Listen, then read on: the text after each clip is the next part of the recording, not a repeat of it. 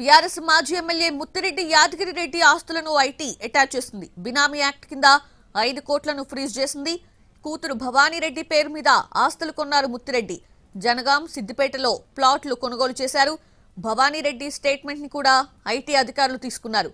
అయితే ఆ ప్లాట్ల కొనుగోలుకు డబ్బులు ఎక్కడివో తనకు తెలియదన్నారు భవానీరెడ్డి. తన తండ్రి చెప్పడంతోనే సంతకాలు చేశానని చెప్పారు ఆమె.